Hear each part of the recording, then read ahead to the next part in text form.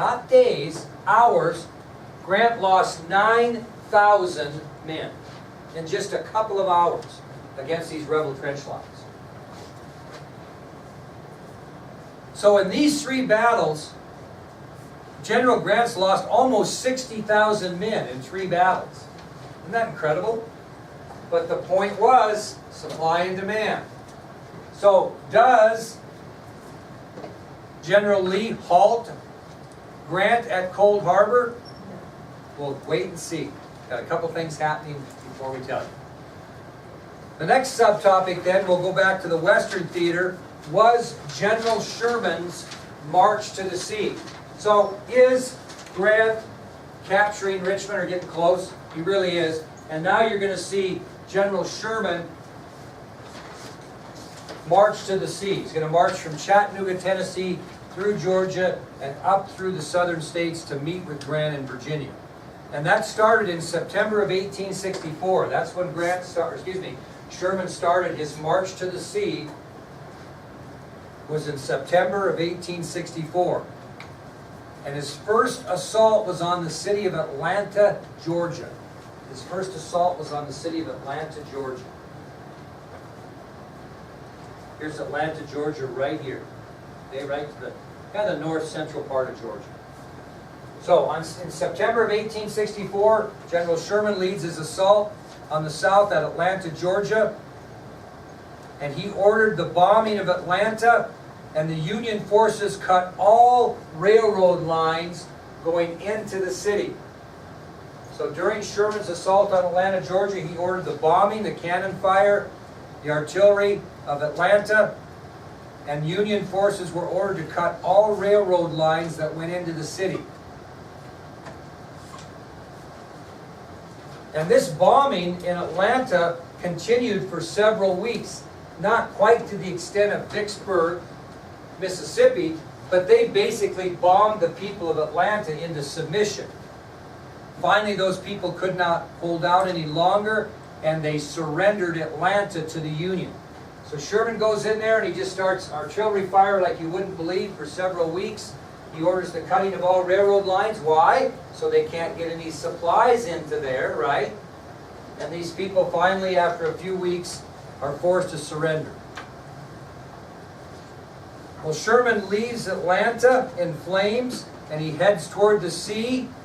And Sherman's plan is that he's going to live off the land and, quote, make Georgia howl.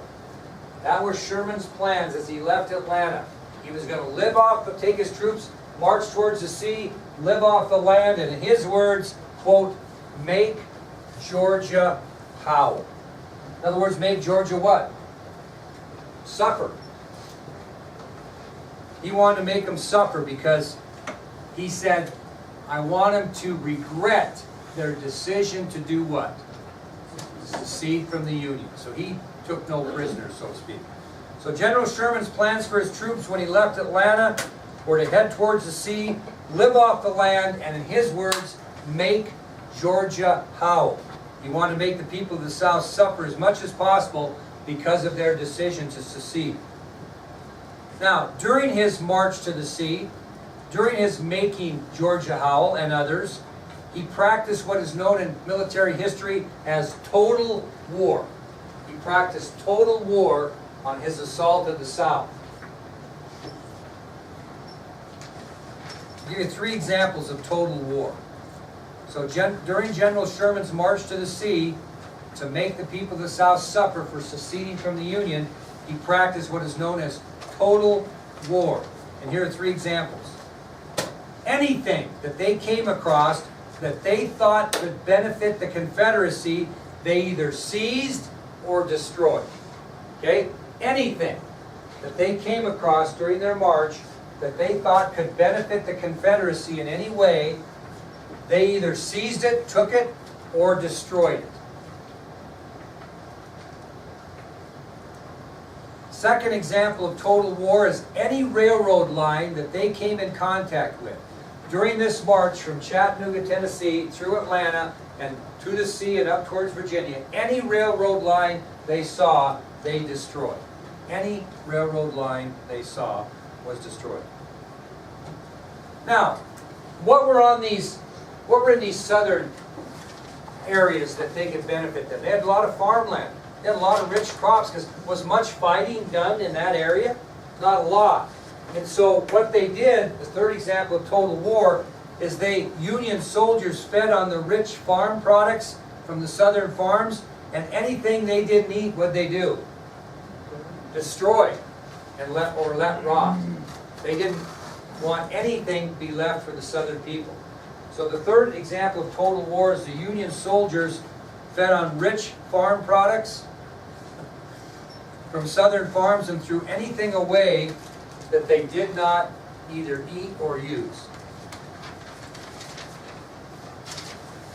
Somebody's had enough back there. Asia, you must have the touch. Okay, any questions on General Sherman's march to the sea? Well, guess what we're going to have in the middle of this war? A presidential election. So we'll tell you about the election of 1864. 1864.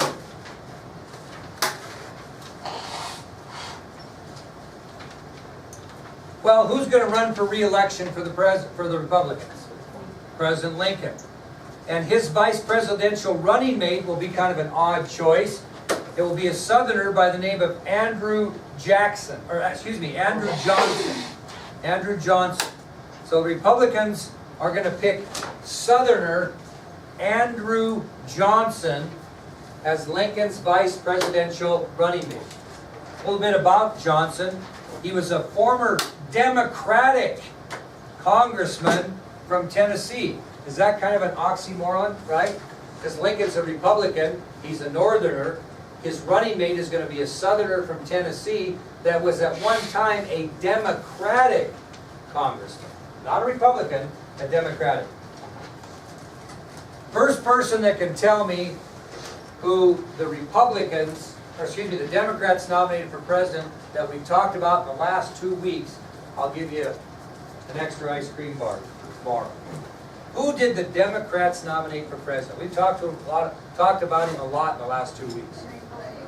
Henry Clay? No. I'll give you a hint. Non-politician. Who? Not yet. You're close. No. Who did the Democrats nominate? Not Lee, not Grant, not Clay. You're close on Grant, though. Not Meade. Somebody should pop it up. What? No, you're in the right vicinity. Anybody? Did you say Jebster? Not Jebster, he's a Southerner. He wouldn't get a chance. No, George McClellan. By the way, Ferris. So the Democratic Party nominates General George McClellan for president. General George McClellan. The Democrats? The Democrats, yep. Now, and these are northern people, right? The Southerners aren't involved in this. This is the North. What would be the Democratic strategy? Why would they think McClellan could win? Because people were probably getting tired of what? War. So the Democrats were campaigning on an anti-war feeling, which was a little ironic that you had a Civil War general as your nominee. It seemed a little odd. They weren't very organized. So the Democrats were hoping that an anti-war feeling would help defeat Lincoln in this election. People would be tired of war. What would the Republicans be counting on? That people would vote for Lincoln. Because the war is what? Almost over in favor of the Union. And who's going to be a big key to that? The progress that General Sherman's making in the South is going to be what they're going to campaign on. The Republicans hope that Sherman's capture of Atlanta, which he already did, that was a big deal, would make voters in the North think, hey, this Civil War is about over and Lincoln's done a good job. McClellan's camp are campaigning on the fact that people are sick of war, that they don't see an end to war, and they may want to make a change. Well, nobody really bought the McClellan side of things. Of the 233 electoral votes possible in the election of 1864, 233, Lincoln won 212 out of 233. So the Democratic Party never had a chance here. people were confident that Lincoln was going to get this war over, and nobody wanted George McClellan as President of the United States. So Lincoln is re-elected in 1864, defeating McClellan, capturing 212 of the 233 possible votes. Okay, we'll finish up with this. The Deep South falls to the Union. When did Sherman start his assault and capture Atlanta? What month? September. In December of 1864, in December, just 2 months later, or maybe 3, General Sherman sent a telegraph to the newly re-elected president. In December of 1864, General William Sherman sends a telegraph to recently re-elected President Lincoln. And on the telegraph is simply this: I beg to present you as a Christmas gift the city of Savannah. So in December of 1864, General Sherman telegraphs the newly re-elected President Lincoln the following telegraph. He said, quote, I beg to present you as a Christmas gift the city of Savannah. Saying that what has he done? Captured Savannah, Georgia. So, let's look at this realistically. By January of 1865, the Confederacy is all but defeated. And I'm going to give you 3 examples of that. So by January 1st, in that area of 1865, the Confederacy is all but done.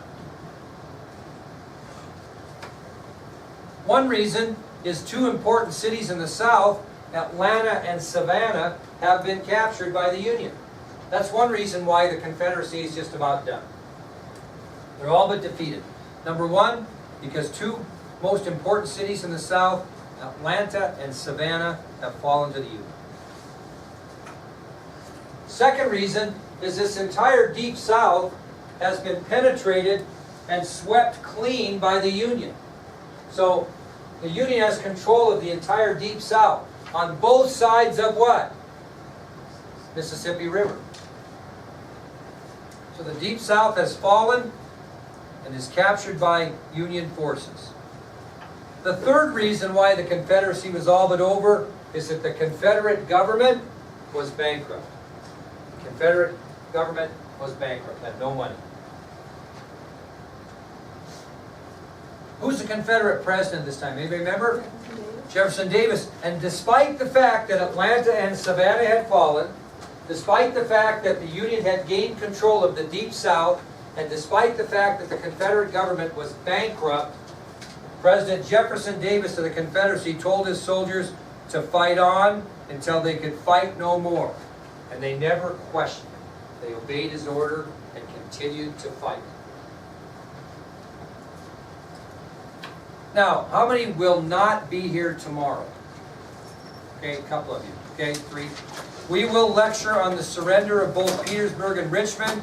We will continue on and talk about the Confederate surrender at Appomattox. We'll finish this tomorrow. So those of you that are not here for basketball, just get on that website and be ready to go Monday, because Friday we will not lecture. Okay, we will do something else. How many people will not be here Friday from? We don't have to go. We're going to have school. Perfect.